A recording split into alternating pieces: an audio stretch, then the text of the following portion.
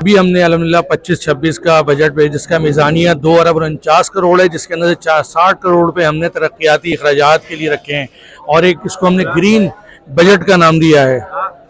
Green budget इस हवाले से है कि 17 करोड़ रुपए हमने यहाँ पास के लिए और 2 करोड़ रुपए वजू हार्वेस्टिंग और रेन हार्वेस्टिंग के लिए रखें ताकि ज़ेर ज़मीन पानी की सतह को पूरा किया जा सके। इसके अलावा प्राइमरी हेल्थ केयर यूनिट हम बनाने जा रहे हैं, जिसके अंदर आप देखते हैं लोग बीमारियों को पाल रहे हैं, इब्तदाई तौर पे अपना तशखीस नहीं करवाते और लाखों रुपए फिर बीमारियों में लगते हैं। तो उसको प्राइमरी सतह पर हमने उसको किया है कि और अल्हम्दुलिल्लाह ये जो तखमीना है इस बजट का 3.25 अरब रुपए का ये बजट है जो गुलबर्ग टाउन ने पेश किया।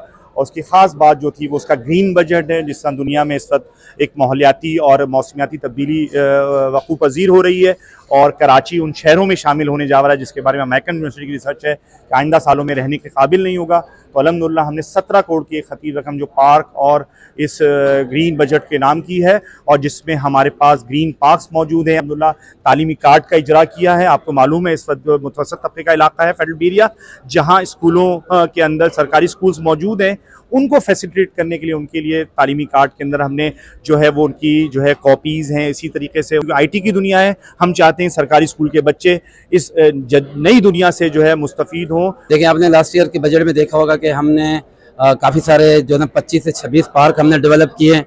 हम रोड साइड जंगल का कॉन्सेप्ट लेके आए, जिस तरह की मौसमी सूरत हाल को आप देख रहे हैं।